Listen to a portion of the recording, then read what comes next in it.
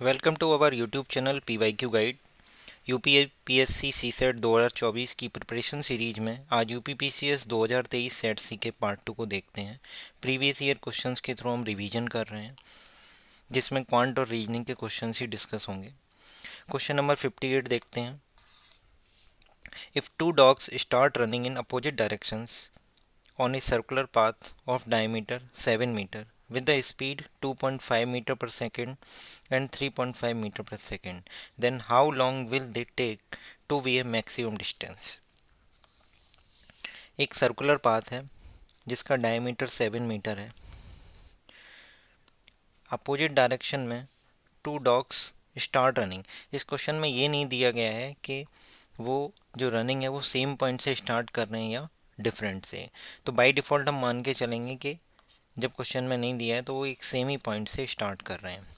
मतलब एक dog D1 है, दूसरा डॉग है D2, जो कि अपोजिट डायरेक्शन में चलेंगे। D1 चलेगा 2.5 मीटर पर सेकंड की स्पीड से और D2 चलेगा 3 मीटर पर सेकंड की स्पीड से। क्वेश्चन में बोला गया है कि हाउ लॉन्ग, उनको कितना समय लगेगा, they take to be the maximum distance. हमें ये पता होना चाहिए कि एक सर्किल में मैक्सिमम डिस्टेंस जो है वो डायमीटर होती है, मतलब दो पॉइंट्स के बीच में। मतलब अगर कहें तो एक सर्किल के अंदर डायमीटर ही सबसे लंबी कोड होती है। उससे इधर जाएंगे तो जो भी कोड की लेंथ होगी वो छोटी होती जाएगी।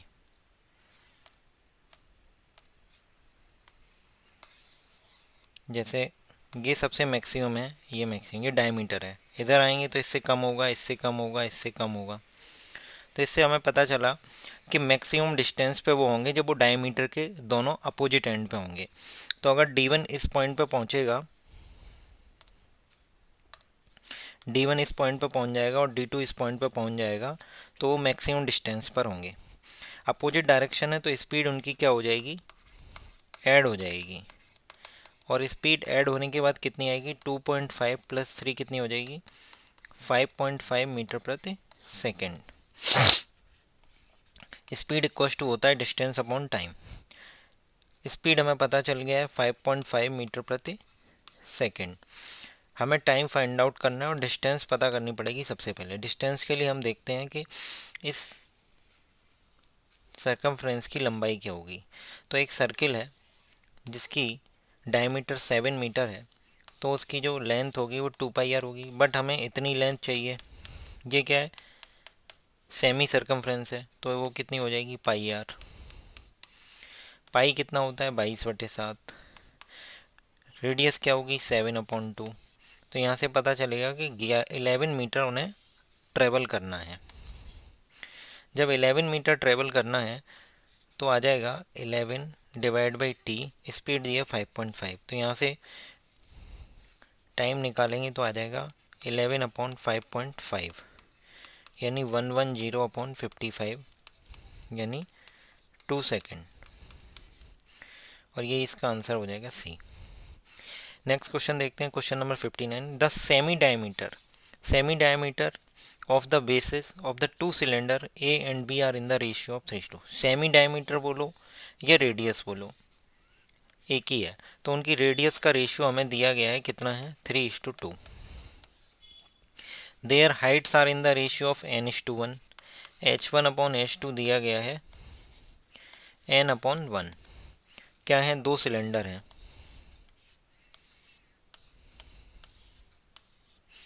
ये H1R1 वाला है, ये H2R2 वाला है, ये A है, ये B है। If the volume of the cylinder A is 3 times the volume of cylinder B। Question में दिया गया volume of cylinder A upon volume of cylinder B कितना दिया गया है, 3/1। Volume of cylinder A, cylinder का जो वॉल्यूम होता है वो होता है πr²h। πr²h ये कितना दिया है, 3/1। ये R1H1 है, ये R2H2 है। ये क्या है, वॉल्यूम A का अपॉन वॉल्यूम V का। पाई से पाई कैंसिल हो जाएगा। R1/R2 का होल स्क्वायर इंटू H1/H2 बराबर 3/1। R1/R2 की वैल्यू दी है 3/2 यानी 9/4। H1/H2 दी है n/1 बराबर कितना हो जाएगा 3/1। 3 से ये 9 3 बार जाएगा तो n की वैल्यू आ जाएगी 4/3। यही क्वेश्चन पूछा था कि what is the value of n, तो 4/3 आंसर ए। क्वेश्चन नंबर 60 देखते हैं। Anup and Sahil are ranked 7th and 11th respectively from the top in a class of 31 student. एक क्लास में कुछ 31 स्टूडेंट हैं, ये टॉप है और ये बॉटम है। अनूप की टॉप से रैंक और बॉटम से रैंक सुनील की, टॉप से अनूप की और सुनील की टॉप से रैंक दे रखी है। तो ये अगर अनूप है, अगर ये 7th रैंक पे है तो इसका मतलब इससे ऊपर 6 लोग हैं, तभी इसकी रैंक 7 आई है। दूसरा दिया है सुनील, इसकी रैंक दी है 11th। 11th रैंक होने का मतलब यह है कि इससे पहले जो है वो कितने लोग हैं, 10 लोग हैं। अब देखो 6 पीपल तो ये हो गए यहाँ से यहाँ तक, 7वां ये रहा, तो इस पीरियड में यहाँ पे 3 लोग होंगे, तभी तो टोटल 10 बनेगा। 6 + 1 7, 7 मतलब अनूप और 3 ये, तो टोटल 10 हो गए। अब पूछा गया है what will be their respective ranks from the bottom in the class. अगर ये पूरे 10 हैं और 11 ये है तो ये बचे हुए कितने होंगे, 31 - 11। 10 पीपल तो ऊपर तक हो गए, 11 नंबर का कौन होंगे, सुनील। तो उससे नीचे के क्या हो गए, 31 - 11 कितने हो गए, 20। अगर ये 20 होते हैं तो हमसे पूछा जा रहा है सुनील की बॉटम से रैंक। सुनील के नीचे 20 लोग हैं तो उसकी रैंक कितनी हो जाएगी, 21st फ्रॉम बॉटम। इसी चीज़ को यहाँ पे देखते हैं अनूप के लिए। ये अनूप है, अनूप से नीचे कितने लोग हैं, यहाँ अनूप से नीचे कितने लोग हैं, 20 लोग तो ये रहे, 21वां ये रहा 22, और 3 ये हैं 25, 3 ये हैं 25, 20 सॉरी 20 तो ये हैं 20 हो गए। सुनील हो गया 21वां, 21 और 3 24। तो अनूप से नीचे जो है 24 लोग हैं, तो अनूप की रैंक कितनी आ जाएगी, 24, यानी 25th रैंक आ जाएगी अनूप की। तो 25th जो है वो अनूप की आ जाएगी और 21st जो है वो सुनील की आ जाएगी। नेक्स्ट क्वेश्चन देखते हैं। 11 observations are arrange in ascending order if 10 and 9 are respectively the arithmetic means of the observations on the even and odd places। ये कोई 11 नंबर्स हैं जो कि असेंडिंग ऑर्डर में हैं, 1 2 3 4 5 6 7 8 9 10 11। इसमें बोला गया है कि कुछ इवन प्लेसेस पे हैं, कुछ ऑड प्लेसेस पे हैं। तो 1 मतलब ऑड, सेकंड मतलब इवन, तो ये ऑड और इवन प्लेसेस पे ये हैं,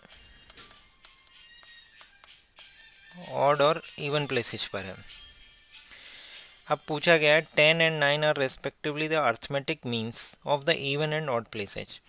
तो हम देखते हैं कि ऑड प्लेसेज वाले जो नंबर हैं वो कितने हैं, 1 2 3 4 5 6, तो ऑड वाले 6 हैं, और इवन वाले कितने हैं, 1 2 3 4 5, इवन वाले 5 हैं। उनका अर्थमेटिक मीन जो है वो दिया गया है, इवन वाले का 10 दिया गया है और ऑड वालों का 9 दिया गया है। अगर अर्थमेटिक मीन इन पूरी संख्याओं का, 5 संख्याओं का, 6 संख्याओं का 9 है, तो इन सब का टोटल होगा 9 × 6 मतलब 54। ये वाली अर्थमेटिक मीन जो ऑड प्लेसेस पे नंबर हैं वो टोटल है 6, टोटल 6 नंबर हैं और अर्थमेटिक मीन है 9, तो उन टोटल का उनका सम होगा 9 × 6 54। ऐसे ही अगर हम इवन की बात करें तो इवन वाले में 5 नंबर हैं और इन 5 नंबर का जो अर्थमेटिक मीन है वो है 10, तो इन इवन वाले नंबर्स का सम होगा 10 × 5 यानी 50।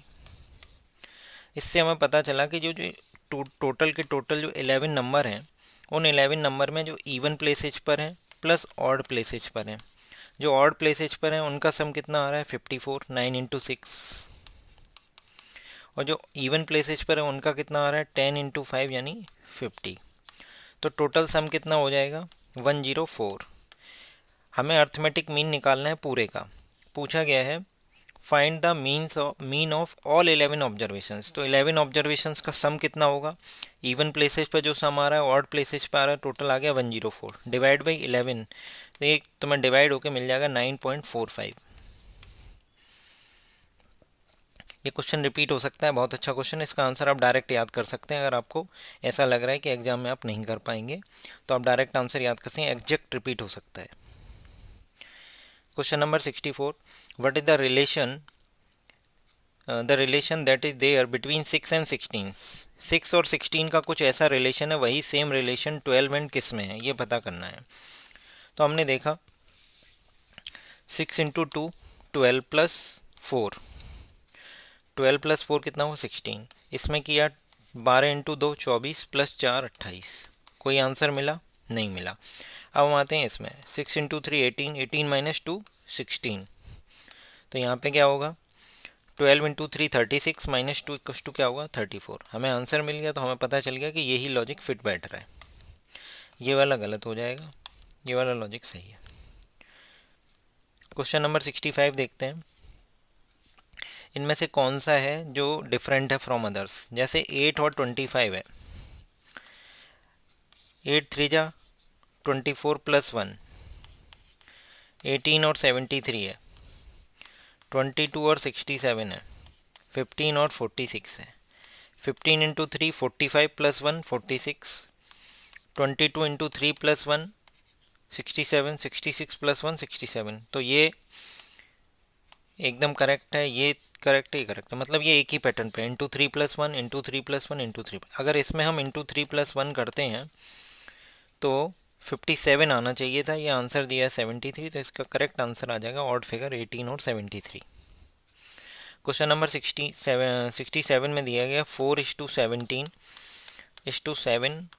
जैसे ही रीजनिंग में आप 17 देखो तो इसको ऐसे देखो कि इसे 4 का स्क्वायर प्लस 1 लिखा है। सेम यहाँ पे अप्लाई कर देंगे तो 7 का स्क्वायर प्लस 1 यानी कितना हो जाएगा 50। क्वेश्चन नंबर 68 देखते हैं। Which one of the following years will have the same calendar as of 2009। हमें एक चीज़ पता होना चाहिए कि 2009 का एग्जैक्ट कैलेंडर कब रिपीट होगा। तो इसके लिए कॉन्सेप्ट समझते हैं, उसके बाद आगे बढ़ेंगे। एक नॉर्मल ईयर या तो 11 साल बाद रिपीट होगी या फिर 6 साल बाद। ये हमें देखना है कि कब हमें 11 ऐड करना है, कब 6 ऐड। अगर कोई लीप ईयर है तो उसका फिक्स है, वो 28 ईयर्स बाद रिपीट होगी। अगर कोई नॉर्मल ईयर, ध्यान से सुनना, अगर कोई नॉर्मल ईयर 11 ऐड होने के बाद, अच्छा एक चीज़ और, कोई भी नॉर्मल ईयर और लीप ईयर का कैलेंडर सेम नहीं हो सकता। नॉर्मल ईयर का कैलेंडर नॉर्मल ईयर के कैलेंडर के बराबर ही होगा अगर एग्जैक्ट फिट बैठेगा तो।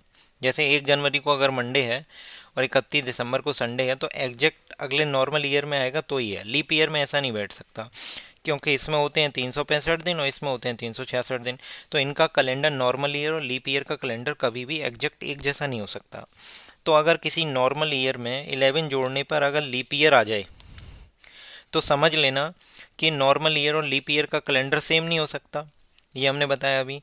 तो ये 11 जो जोड़ा गया है ये रिजल्ट हमें गलत दे रहा है। तो फिर हम क्या करेंगे, अगर लीप ईयर आ जाएगा तो हम 6 ऐड करेंगे और जो आएगा वो नॉर्मल ईयर ही होगा। तो हम कहेंगे कि हमारा आंसर जो है वो 6 साल के बाद रिपीट होगा। अगर नॉर्मल ईयर में 11 जोड़ने के बाद नॉर्मल ही आ रहा है तो हम कहेंगे कि वो 11 साल बाद रिपीट होगा। जैसे 2009 है, 2009 में पहले हमने 11 जोड़ा तो आया 2020। हमने देखा 2020 एक लीप ईयर है।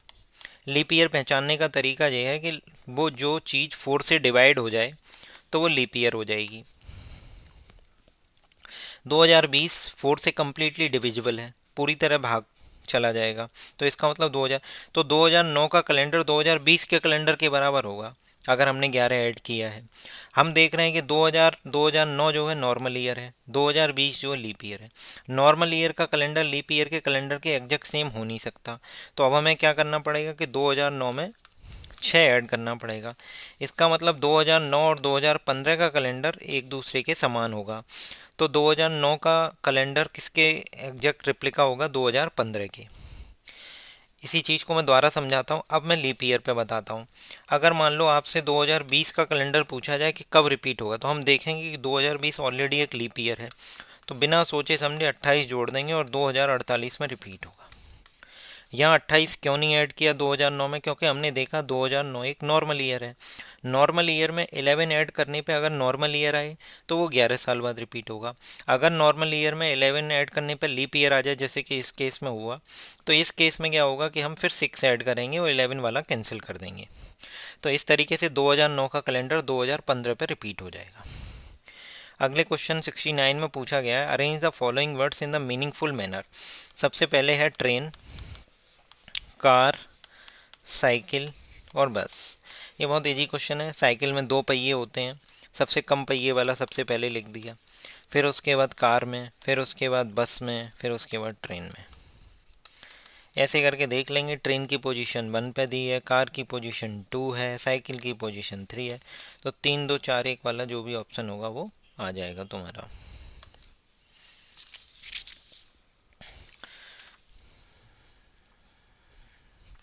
क्वेश्चन नंबर 70 देखते हैं। क्वेश्चन नंबर 70 में हमसे पूछा गया है ई इक्व टू 5 है। इससे एग्जैक्ट पता चल रहा है कि ई का वेट ही खुद ही 5 होता है। अब अगला देखते हैं अमेंडमेंट, AMEND, ए से 1, एम से 13, ई से 5, एन से 14, डी से 4, एम से 13, ई से 5, एन से 14 और टी से 20। अब इन सब का सम निकालते हैं, देखते हैं कि अगर 89 आता है तो ठीक है, नहीं तो फिर कुछ और लॉजिक लगेगा। अब देखते हैं, सम निकालने के लिए ज़्यादा मेहनत नहीं करनी है। देखते हैं, वो पॉइंट फाइंड आउट करते हैं जहाँ पे हम इन चीज़ों को कंपनसेट कर सकते हैं। जैसे देखते हैं 5 5 10, 10 हो गया, 10 और 20 30, 30 हो गया, 30 के बाद 30 34, 34 और 1 35, ये 35 अलग कर लिए। अब देखते हैं, ये 14 है, ये 14 है, 14 14 28, 13 13 26, इनको ऐड कर दो। 8 5 13 6, 19 की 9, 8 हासिल, 3 2 5, 2 7 और 1 8, तो ये हो गया 89।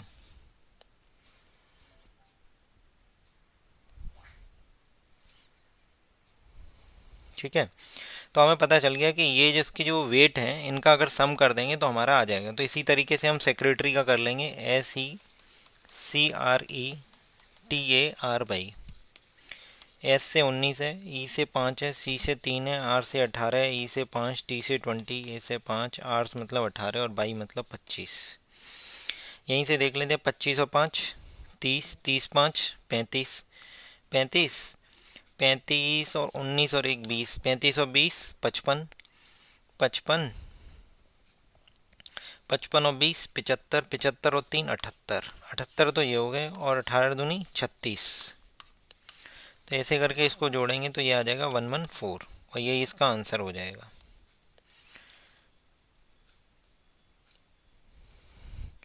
वीडियो पसंद आई हो तो लाइक करें, चैनल को सब्सक्राइब करें। इसी सीरीज में हम पार्ट 3 लेके आएंगे, जिसमें बचे हुए क्वेश्चंस को कंप्लीट करने की कोशिश करेंगे। ये यूपीपीसीएस प्रीलिम्स 2024 के जीएस पेपर 2 सीसेट के लिए बहुत ही फ़ायदेमंद हो सकती हैं।